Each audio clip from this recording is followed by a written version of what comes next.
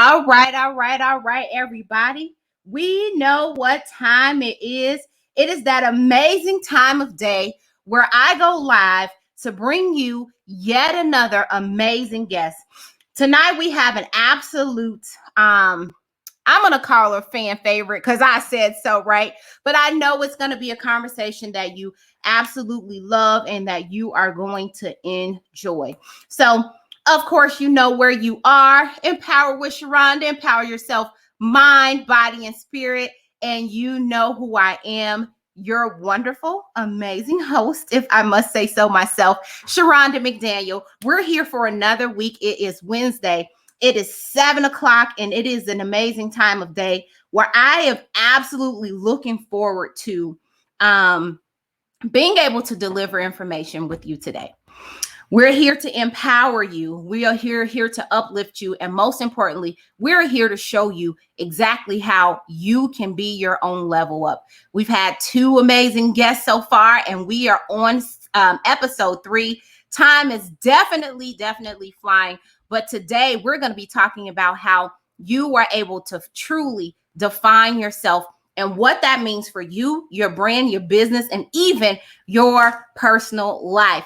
Enough about me, and let's talk about this amazing, beautiful young lady that is going to be on our show tonight. Her name is Victoria Baylor, right? She is a mindset and clarity coach, TEDx speaker, author, and most importantly, entrepreneur. And she's going to be sharing with you exactly how you can define yourself and knowing who you really are. I am going to bring her up because I'm telling you, the very first time I talked to her, I was definitely more than motivated. She had me excited. And I know that as an audience, you guys are going to absolutely enjoy her. Welcome to the show, Victoria. I am very happy to have you. And it is a privilege to be able to host you on the show today. Oh my gosh, thank you so much, Rhonda. I love your energy. I wish I could just bottle it up. Sing it first thing in the morning. So thank you for having me. I really appreciate it. But thank you. Sometimes I wish I can probably bottle it up myself. Catch me early in the morning, and I promise you, it is not the same energy. But I have given a very brief introduction of who you are. But right now, I want to use this moment for you to share with the audience. Tell us exactly who you are, who is Victoria, and what do you need the audience to know? Exactly who you Oh my gosh, I think for anybody to answer that question, it's always a loaded question. One's identity is, how do you really pare it down, right? But in essence, as you mentioned, I am Victoria Baylor. I am the middle child of two parents, two siblings. But I was born and raised into a military home. It's funny, I actually never even say that. So I was a military brat growing up, and found my way through all these years to end up in the position I am in now as a mindset and business clarity coach, working with phenomenal high achieving women, helping them declutter their mindset baggage and pinpoint their brilliance, leveraging that and monetizing that to increase, of course, impact and profits. To be quite honest, I think I've been a lot of things throughout my life. Like most people, life is like a book. It's like a book with multiple chapters. And to be quite honest, I think it's so important to highlight where you started because it really does impact where you ended up. So I didn't start, I didn't wake up one day and say, "Oh, I want to work with women and just really help tap into their brilliance." It kind of was an evolution for me. So I really did start my career choice when I was 8 years old, and I saw Jacques Cousteau, just a glimpse of him on TV, got really captivated and decided from that point on I'd be a marine biologist. And I ran that track, went to college, did very well, ended up working at an oceanographic institute, doing molecular microbiology research, traveling around, hanging out in the ocean, all that kind of cool stuff. And I say all that to say, because it's a huge part of who I am, is that at some point I lost my identity. So I made the cardinal mistake, as so many women do. I defined myself by that role, that dream. Since I was 8, that's who I was going to be. And I managed to slip through the cracks of my own self-knowledge. So needless to say, when one loses their identity, their confidence actually it's not too far far behind to fall. So I kind of lost my confidence in that whole standpoint and just really had to take a look in the mirror and ask myself, who are you, Victoria? Because I had all kinds of gifts and abilities and other things I could do. But because I had such a narrow view of my talents, I really didn't know how to take all of that into consideration. So fortunately for me, I call that my serendipitous God wink moment. That was the time I feel like my calling and purpose became very apparent. And I use the analytical skills that I'm really good at, my ability to see things, encourage people. I can see people's gifts, their abilities, connect the dots, strategize. I used it on myself first. And then I was able to recover and rediscover who I was as a person and really put those gifts into work and in the arena of really empowering and helping women. And I've been doing it ever since. So that was the best fallout of my life because I found myself, reclaimed myself, developed myself, and I am living out my purpose today. So that's who I am. Well, that is absolutely amazing. And I promise you, in that introduction, you have me with so many things that I will want you to elaborate on. But Okay. before I do, you said something. You talked about going to school and you talked about getting the degrees and getting off into your career and being exactly who you thought you wanted to be or who you thought you really were. Tell me, was there something that created that moment, an awakening moment for you, that, wait a minute, maybe this is not who I am and who I want to be? What happened or what started you down this path? Well, what's interesting about that is that my love for the work I did was wholeheartedly honest. And it actually is one of the greatest parts of me. And it's no greater or no less than even the work I do now. I think and I love that's a really excellent question. I think it kind of, it fans up an even deeper question. I think sometimes when we don't understand what I like to call, there's a golden thread that runs through our lives. It's like if you had a tapestry, we look at those really ornate tapestries of a picture, and you can always look on the back of the tapestry, and of course it's a hot mess. But but usually, you have really ornate tapestries. There's just threads that just kind of run through and through, and they run through the various pictures. There was a theme in my life that I didn't realize. And the more important part of self-discovery and identifying what someone's purpose is or understanding who they are is to really understand that theme. Because what you will tend to do is get caught up in the specific pictures of one's life and start defining yourself there. The theme for me was always, it's apparent now that wasn't apparent there, is I've always been interested in what happens under the surface of things. So in the start of my life, it was the ocean. It makes sense. What happens beneath what's really happening in the deep. But it's the same theme that runs across when I look at women. What's happening under the surface? So the person is not that much different. I'm the same person I was in my previous life and now. It's just I didn't really understand the fundamental gifts and abilities that I had that related to that theme. And so do you think that without understanding what those gifts are, and how they were really intended to be used, do you believe that you felt empty or that there was a part of you that wasn't being tapped into? I felt that, and that's a very good question as well. I felt that because, so it's one thing to have tools and use them, but then not really know like what you have. And I think what I like to always say is that everyone has like a tool bag. And oftentimes we'll grab one or two tools and we'll like overuse those tools. And then we'll just be like, well, what else can I build? And I think I got to a place where I built what I built, but because I didn't know how to look deeper or how to tap into like my other gifts or how to stop being a perfectionist or how to actually see my achievements and own them, things that are really important to building confidence and identity. If you can't really grasp the tools you have, then how can you have the courage to really dig deeper and to build bigger things?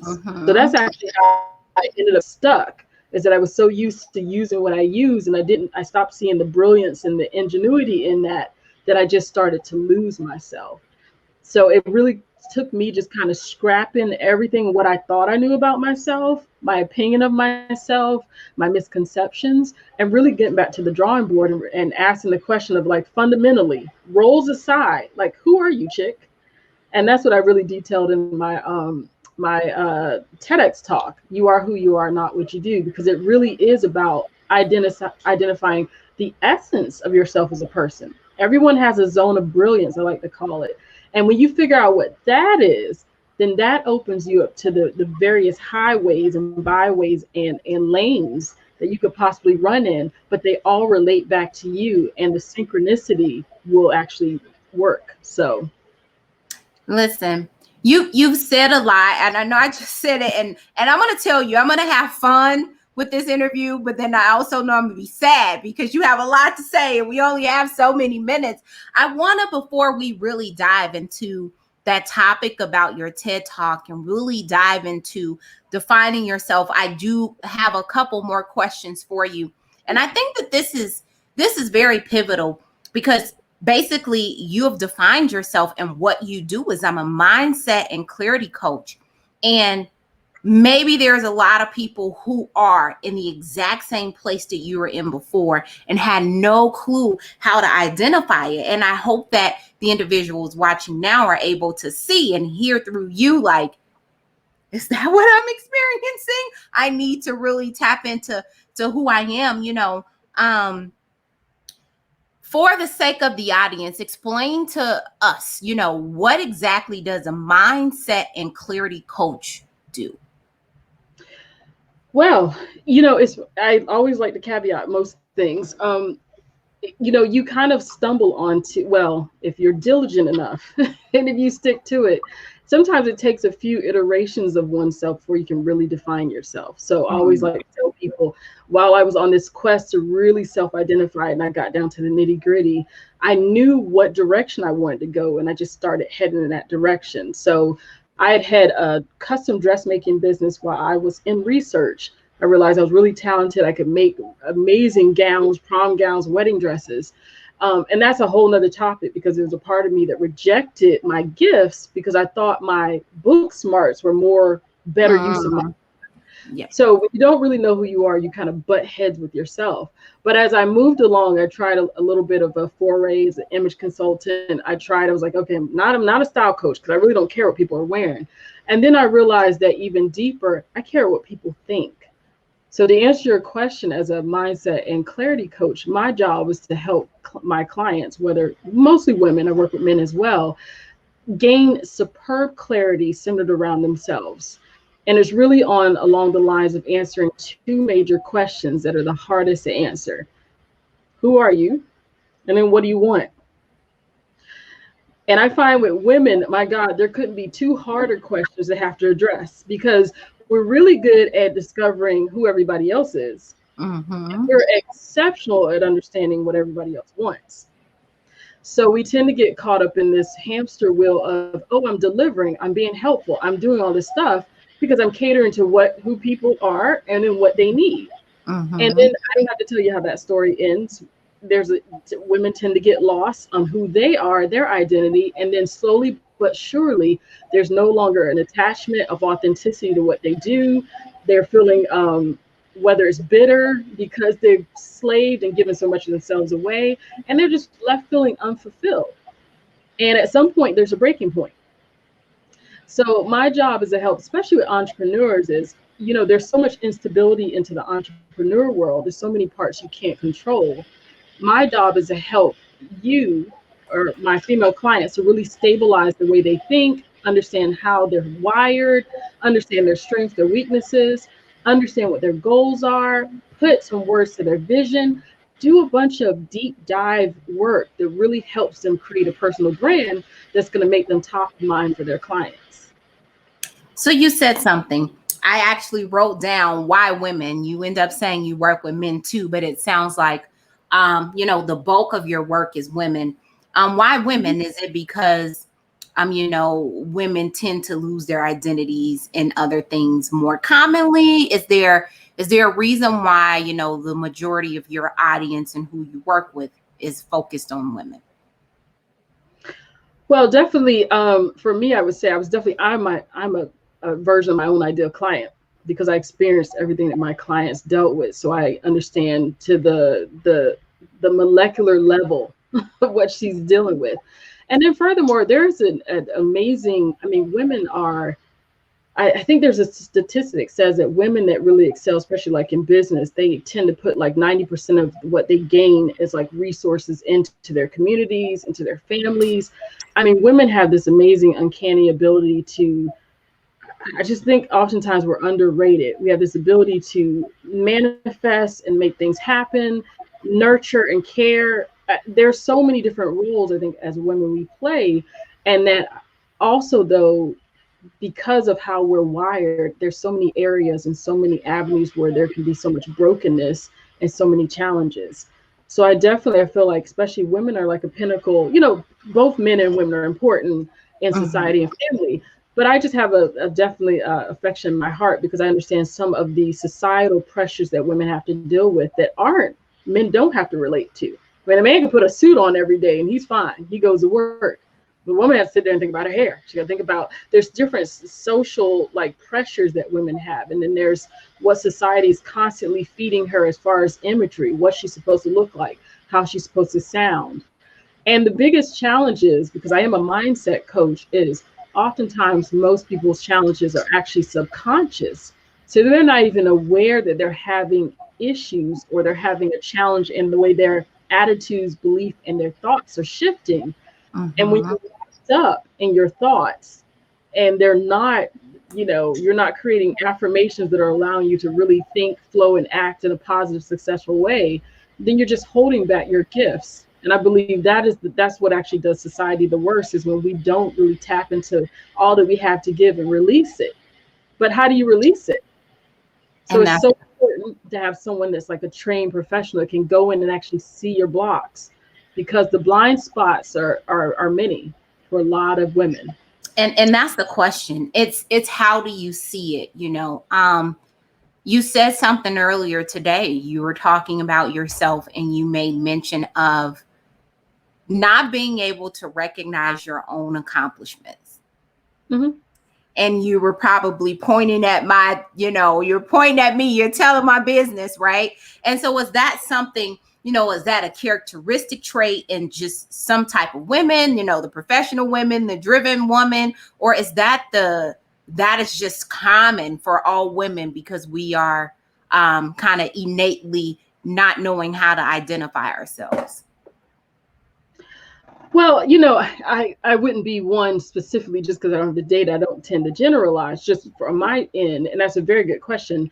I will say, for instance, specifically for who I target, my target is high achieving women because oftentimes high achieving women don't even understand the level of high achievement that they actually give. And that oftentimes they're the ones that are subject to issues such as like self sabotage or in the well, everybody can be subject to self-sabotage. I mean the imposter syndrome, where oftentimes they're feeling like, okay, I'm climbing the ladder, do I really have talent, somebody going to find me out? And it's just that they don't know. Well, and a lot of that, which is crazy, and I think the older I get, because I realized I did work in research science, and being an African American female is, automatically put you at the bottom of the totem pole. So a lot of the feelings that women have aren't made up. I Mm-hmm. just think that oftentimes they don't understand what is externally impacting them because they're having to battle their own thoughts. Mm-hmm. So if you're thinking about it, sometimes you get them mixed up. You think it's you, and then you start getting insecure about you, and it's really you're fine, you're high performing. But what if you're dealing with a racial issue and you don't know how to kind of extinguish that? So Mm-hmm. there's so much coming at, I think, high achieving women.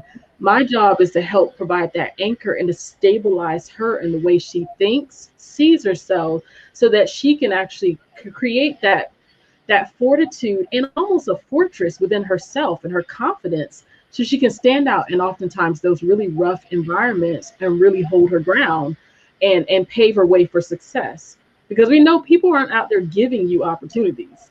It doesn't matter how gifted, talented, but what you can do is build a personal brand that is so unique and distinctive, and it's going to be of such high value that the people that value what you have to offer will come in droves.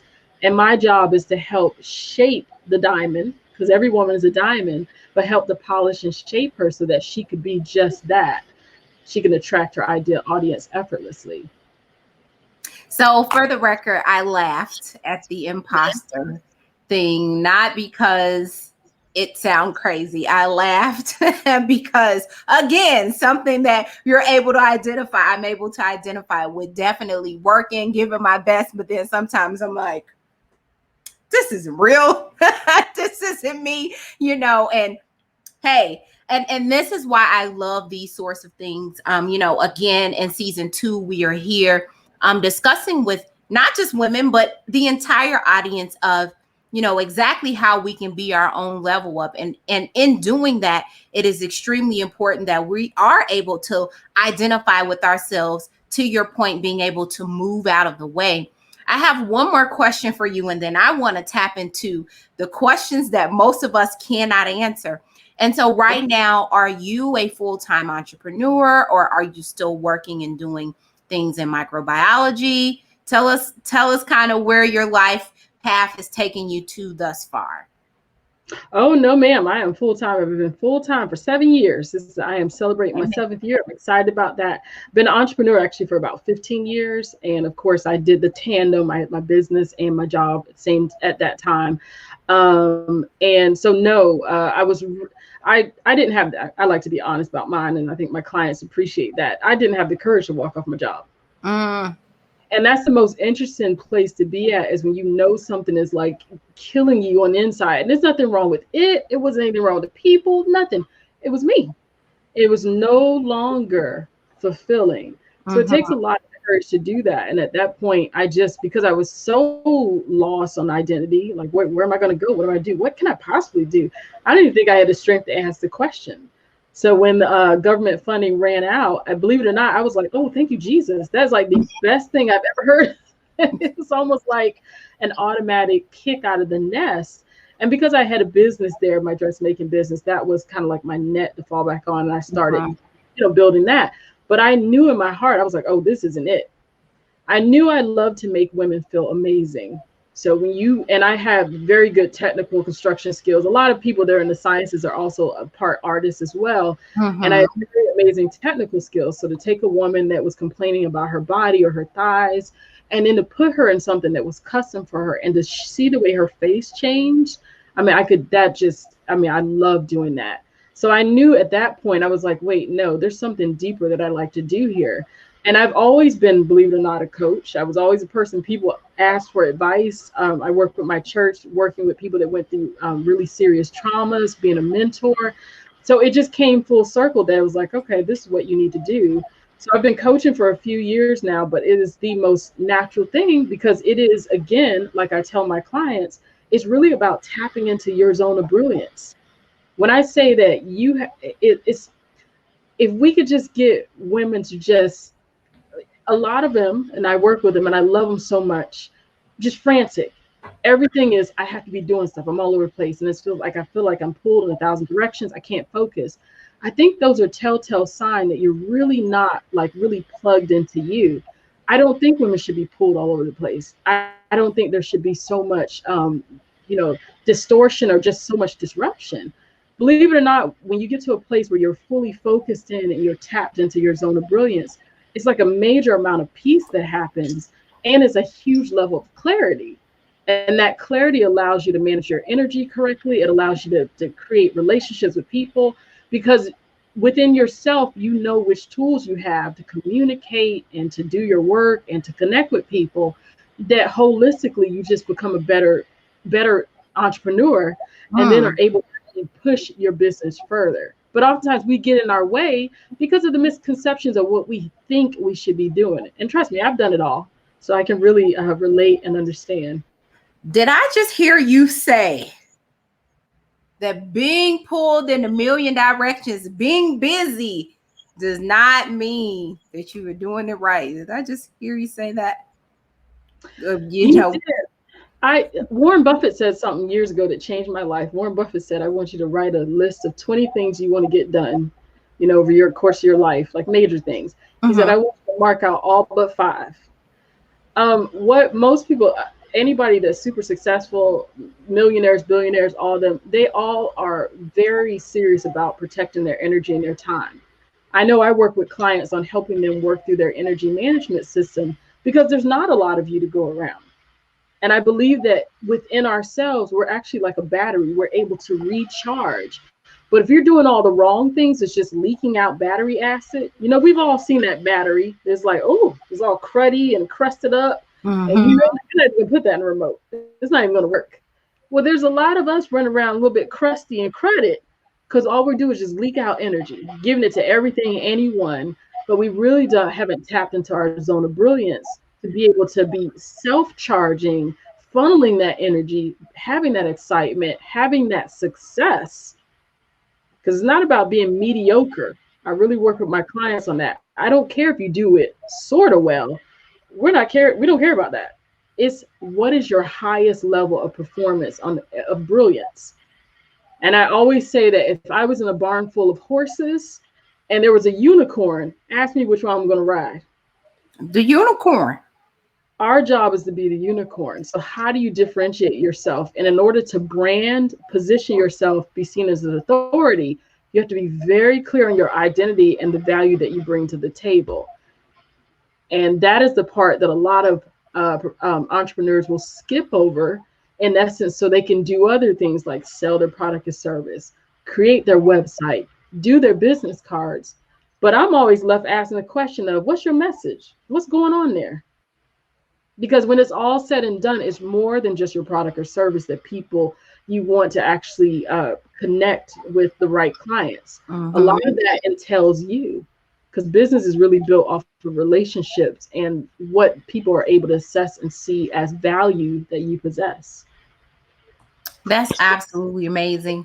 And you were saying a mouthful, and I hope for those that are watching or listening in, they're able to see and hear themselves, because sometimes it is being able to identify and know where you are, where you can take that, and put it and apply it someplace, right? It's that moment of being enlightened, right? It's that moment of, aha, I am awake. I've never had anybody reference that particular quote from Warren Buffett, but you did say something that I have a business partner that talks about all the time is, being very cautious and aware of how you spend your time and where that time goes. And I think that it's one thing that maybe we have to learn the most, because we don't keep a lot of time for ourselves. We give it out. We extend that energy. We are that corroded battery everywhere else, but where we should focus. So I want to switch gears, because we haven't really talked about this TED Talk, and you've stated two questions that most people are not able to answer, right? Hence, birthing that TED Talk that we talked about, right?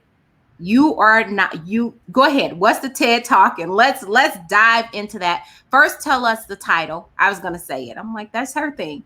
Tell us the title, and tell us what is the meaning behind the title. Sure. First of all, it's a pleasure to be able to give a TEDx talk. As you know, TED is like a huge organization. When I was in research, I was always watching a TED talk, and TEDx's are little mini locations where thought leaders come together and share ideas. So I was really excited when I got picked for that. And because I actually applied twice. First time I applied, I did not get selected. And the second time I applied, I honed in. This is why identity is important. I honed in and I shifted in my identity. And I think at that point, I had a very big eureka moment on what I wanted to represent. And it's very interesting because that all came together, and then I got selected. But my title is You Are Who You Are, Not What You Do. And of course, that is the essence around what I coach and how I coach, and the premise behind my coaching practice. But the whole idea centered around that is, just as the title explains, is that we are more than the substance of the roles that we play in. And I think I love something I think you kind of alluded to earlier. The most important thing a person can do is pause. I find it interesting that people don't take time for self-care and relaxation, which, because of course, in our mind, if we're not busy doing something, we're really not contributing. But what people don't realize is that, oh, is that a self point? It's okay. I've been there. But what you realize is the greatest investment into oneself, because obviously I always tell my clients, I'm like, you cannot come up with an idea when your head is in a vice grip. It's impossible. So that's what explains why if you take a shower, you know, you're in there showering up, you're relaxed, you start thinking of all these ideas. You're like, wait, where did that come from? You know, imagine giving yourself a whole day or a weekend or an hour a day. It really does help you compress. But back to the title, the importance of that is that, you know, if you can get people to stop and think, like, who am I? Just answer that question, because we are human beings, not human doings. And I think we just settle for the secondary part of just do. But it's really about being. You know, like, am I comfortable in my own skin? Who am I? Mhm. What makes me phenomenal? And, you know, when you start asking those questions, as I like to do with my coaching clients, because we go deep beneath the layer, I'm telling you, they come up like a whole new person. It's amazing. But we start asking those questions, then you start getting down to the nitty gritty and the true essence of who someone is. Because I like to say that diamonds, I can't walk down the street and find one on the sidewalk. I'll never find a ruby that way, and I definitely won't find pearl or oil unless it trickles up from the ground. The source of things that are most valued are deep within. So my talk was centered around really taking this idea and analogy of a diamond and really kind of fleshing it out a little bit more, because most people don't realize a diamond that comes straight out the ground actually looks like a shard of glass. You kind of can't even tell it's a diamond. So what that really spells out is that for it really does take cutting and polishing to make us into who we are, to get the best value out of us. Mhm. And if that's the case for an actual diamond, again, that's the same thing for us. How do we shift in our thinking where we're actually able to look at and ask the questions that's going to allow us to take the greatest shape and form and become all that we can practically, we're meant to be, and really Mhm. tap purpose. So I love that my talk is kind of, again, it talks about the diamond and it talks about other elements that we fall trapped to. Whereas I always like to think about like an ant, for instance, and how much strength the ant has. I think they can lift 500 to 1,000 times its body weight. And I always thought if I could have a conversation with an animal or an insect, I would love to just ask an ant if it knows how strong it is. Because it's the same question I ask women every day. Do you know how you just did that? You're over there lifting mountains, buildings, making stuff happen, you know, saving corporations. But then we look in the mirror, if we can look in the mirror, because there's many of us can't even stand the sight of ourselves because we don't think we're enough. We don't like the extra weight. And you can see the dichotomy there, like the complete contrast. How is it that you can use these tools, but you yourself not be enamored or not be in awe of your brilliance? And it just really speaks to the disconnect that can happen in life. And I've been there. And my job is to, you know, a car battery sometimes needs a jump. My job is to help give people that jump so they can spark again and really get to moving in a greater direction they even imagined in their business. You know, that's dead on, and it's key to all of us and all of our being able to live. I remember there was a time in my life I hated the mirror. Not anymore. Not even with this COVID way. You're not keeping me out the mirror. And it's Yeah, understanding that's there's a level of growth there, honestly, yeah. because we can love the world and love what we do. And like you said, look at the mirror and absolutely resent ourselves. So you said a lot.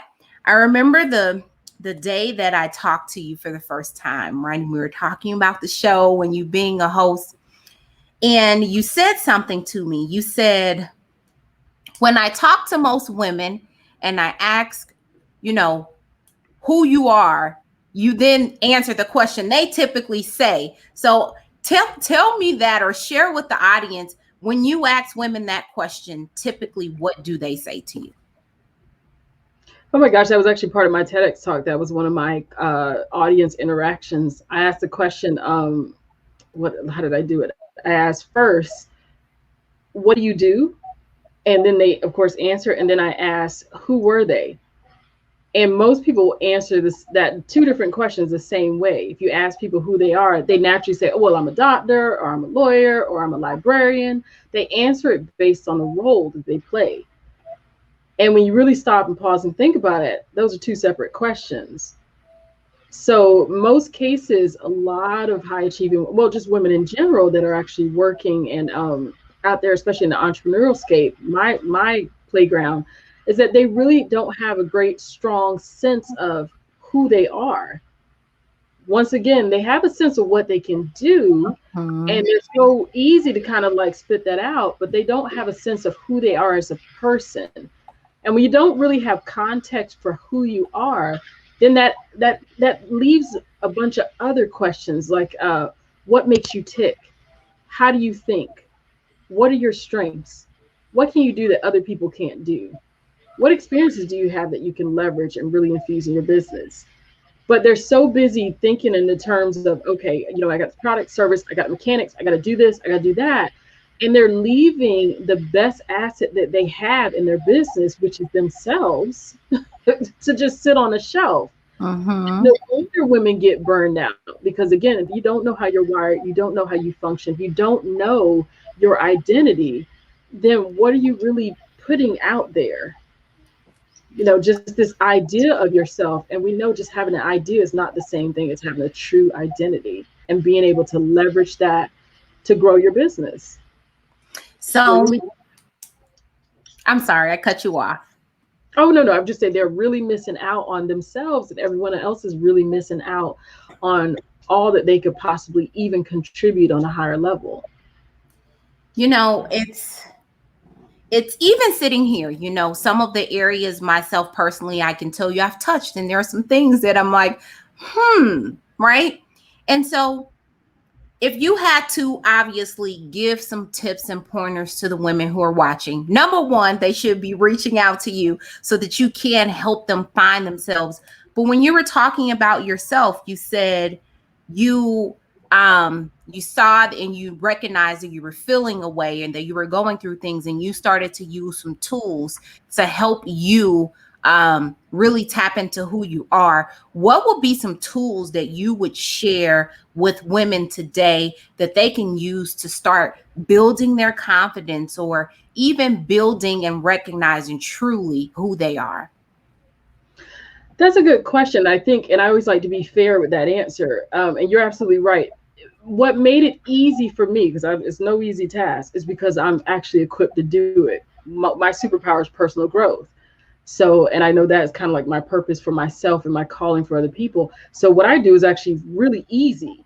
But for other people, if that's not their gift, it's really hard to kind of manufacture that. But there are, in addition to, I would recommend, whether it's me or not, of course, I'm available, but definitely reach out to someone else, because what we have naturally as people are called blind spots. It's the same reason why you can't look me in the face and tell me what's on your back. I mean, your head does not rotate 360 degrees or 180 degrees. You can't see back there. We all have blind spots. And oftentimes we don't know how to navigate those. So it really does take someone that's on the exterior part of you who's equipped and skilled to help you. But with that thought in mind, in addition to working with a coach professional, you can, to get the ball rolling a little bit, think about the stuff people tell you. Because one thing about it is repetition and patterns aren't false. If you always have people tell you something along the lines of, man, you're really good with your hands, or man, or you're always getting a compliment off of something you do, or wow, you're exceptional with numbers. What the tendency is to normalize gifts. That's what I did for years. It's like, well, anybody could do that. It's like, no, they can't. Not the way you do it. So we have to be willing to ask. So one of the things I actually have my clients do before I do my deep analytical dive and I walk through my program, one of the things I'll have as surface is I'll ask them to have them ask about 5 people that know them very well, what are their strengths? That's a very simple way. And again, that's a little bit more surface because I do a lot more deep diving, but it's a great way to get you to start being mindful of what you might be missing. The thing is this, if we play really in we play in the playground of our brilliance all the time. We just don't know where we're at. We don't have context because we look out of our eyes and we see other people, and which is the worst, we get so enamored and obsessed with what they do because we can see their brilliance so well. We start thinking we don't have any. but we forget other people can see ours. Or we may have it, and because we don't know how to nurture it, we tend to hold it inside. Or, as I like to do when I work with clients as a mindset coach, we might have traumas or might have dealt with failure from a situation. So it causes us to repress ourselves, our personalities, things that just really blocks up and keeps the brilliance from coming out. So we got to deal with some of those blocks as well. And I love that as a mindset coach, dealing with the imposter syndrome, self-sabotage, dealing with self-consciousness, lack of confidence, self-esteem issues. I think I heard someone say it best. If you had a broke arm, I could say, oh, Shronda, your arm looked like it's hanging off. And you're like, oh, well, maybe I need to fix that. But what do you do when this is broke? It's not always as easy to see. And I know when I slipped down my slope, I was this high achieving woman. I graduated top honors in high school and college, and I was good to go. And you threw a challenge at me and I would kill it. But because I didn't know myself and I didn't know my environment, and I put all this pressure that I had to be perfect, I started eating away at my own self and my own confidence. And that caused my own problems. So I started to break up here, but I didn't even notice the cracks when they started happening, because it's very subtle. And I always like to ask a question, especially with women. I said, when you were younger, how were you? We talked through kind of how they were young, and a lot of them were fearless, boy. And or they had these abilities, and they noticed, they're like, I don't do that anymore. I noticed I'm a lot more scared to jump out there now. And then that is the point right there. We're like, hey, we got to go in and fix that, because she's still in there. She just got blocked. The castle fell down. We got to clear out the debris and rebuild. But she's still in there. I talk about that inner child all the time to people, right? They don't go anywhere, right? Where is that person? So we're getting ready to wrap. I knew, and I don't want us to close without talking about this program and all of this other stuff. I knew that this interview was going to be great, and these 45 minutes were not going to be enough. But listen, you've done an amazing job of talking about tapping into you, right? You've talked about things that maybe someone has not thought about prior to this moment. You talked about high achieving women. I want us to first have you define what is a high achieving woman. Ooh, well, that's a woman with extremely high standards. I like to say, and high capabilities. She knows kind of from the jump that the way in which she sees her life, her world, her actions, and her goals, they're just out the gate higher. Does it make her better than anybody else? Of course not. But there's just this internal drive where no one else is creating that for her. I always like to joke, those are my women that were, 100% is fine. They're over there trying to aim for 130, 140. And I tell them, I was like, you need to, release some of that pressure. It's like blowing up a balloon, and it's about let's just release the pressure. Take a 97, be happy. But and it's just, again, but that drive is amazing, because that drive is what pushes them to go places they hadn't gone, reach new heights. But that drive, and if it's full force and it's not, if it becomes toxic, it's also the drive that actually can do them in. So it's really about helping them. I like to say we have to recalibrate their scale. If you go to like the grocery store and the scale doesn't work, and you put your stuff in, for a lot of women, they put their accomplishments in the scale, and to them, the scale still reads 0. I'm like, I didn't do anything. It's like, baby, your scale is messed up. You need to go talk to people and get insight from them. Recalibrate your scale. I always joke with my husband, I never ask how I do on stuff. Not myself, because I'm crazy. I know what I'm going to say. I'm like, I could have did it better. I ask other people, what did you think? Yeah. What's your insight? And then I use that to calibrate my own self, because I'm high achieving. I always see things a little bit different. I do have a business partner that can help me reset, because sometimes when I get done, they be like, you did a good job, man. Did I? Right. And I'll have people help me reset. Hopefully they understand, because I can be very critical on me. So I have to be reset from time to time. With that being said, again, it's a pleasure having you. For those who are listening now, for those who are going to listen on the replay or even on the podcast, We want ladies to know, number one, how should they even know they should be reaching out to you, and how do they reach out to you, and exactly what do you offer? Absolutely. The whether they should reach out to me is real simple. The situation with that, if you're going through any place where you feel stuck, whether that's I don't know what step I need to take in my business, to I want to shift, maybe I want to rebrand, down to I don't know how to connect with my ideal client. Who is my ideal client? What are my strengths? How can I really take this business and position myself or create a personal brand? Anything that you have a question on, or you feel like you're really gridlocked, you don't know which direction to take, that's just being stuck. And it just means that you need clarity. So as a mindset and clarity coach, I help in that capacity. To start with, please just start by visiting my website. And you can definitely sign up for my newsletter, and there's means to contact me there. I'm self-branded, so everything's at victoriabaylor.com, www.victoria, like Queen Victoria, Baylor, like Baylor University, .com. And you can start there, and there's just some helpful information on the site. Definitely reach out. I do clarity calls with clients that really want to hear a little bit more how I can support them. And then I have specialized programs that take my clients from start to finish to really help them understand what is their value, what is their identity. So if we're talking about business, it's so important to know what are you bringing that's valuable, because people pay for value. And if you're not being compensated enough for your value, it's probably because you don't know how to compound your value and make it where it looks really important and valuable to those people that need it. So it's about getting clear on your value, your identity, and then I work with them on brand communication. How do you put yourself out there so that your message is clear? Because I think someone has a state, I've heard it, confused money don't spend, or when people are confused, basically they don't put their hands in their pocketbook and pay you. So oftentimes people have just a level of confusion within their business, and they're wondering why they can't convert clients. Is because there's a lack of clarity. So like, how do we clear out and make you crystal clear to the people that need the value you have to offer? That is good. And I just wrote down confused money don't spend. Thank you. That quote's going on my Facebook page. I think I might have changed it a little bit. That's my doctored, 8 o'clock version. But you get my drift.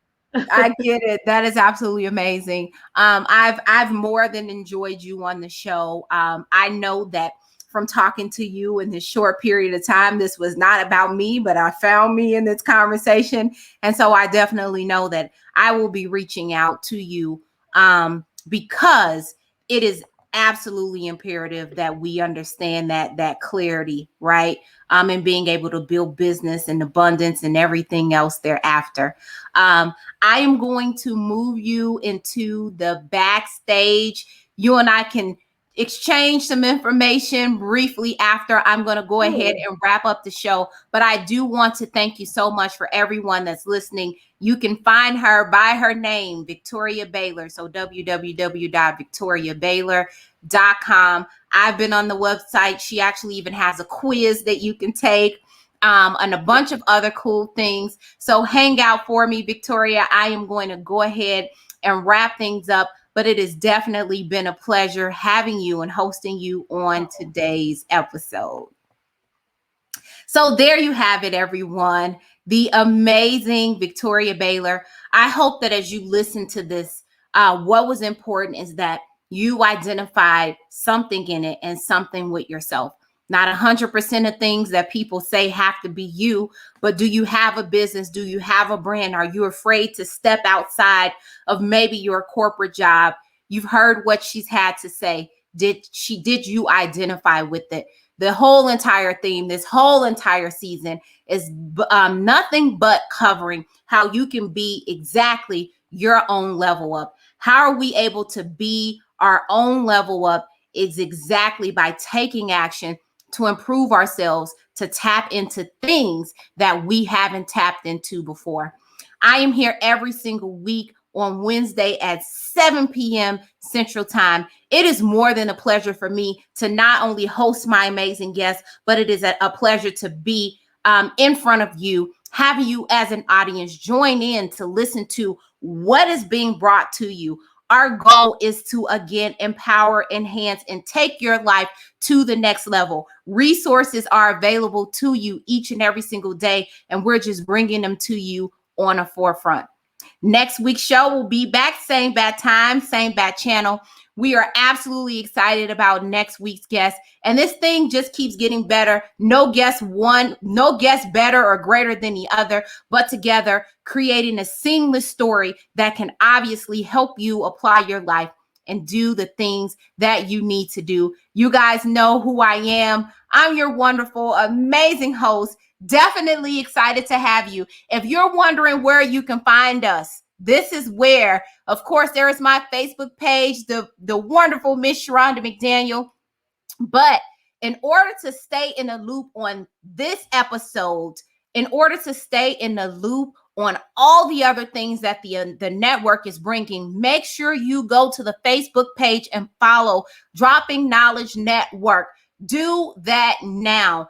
Don't miss out. We're bringing you things to empower you. We are bringing you information that can help you take your life to the next level. All you have to do is tune in. You can find us on YouTube, Dropping Knowledge Network. Go subscribe.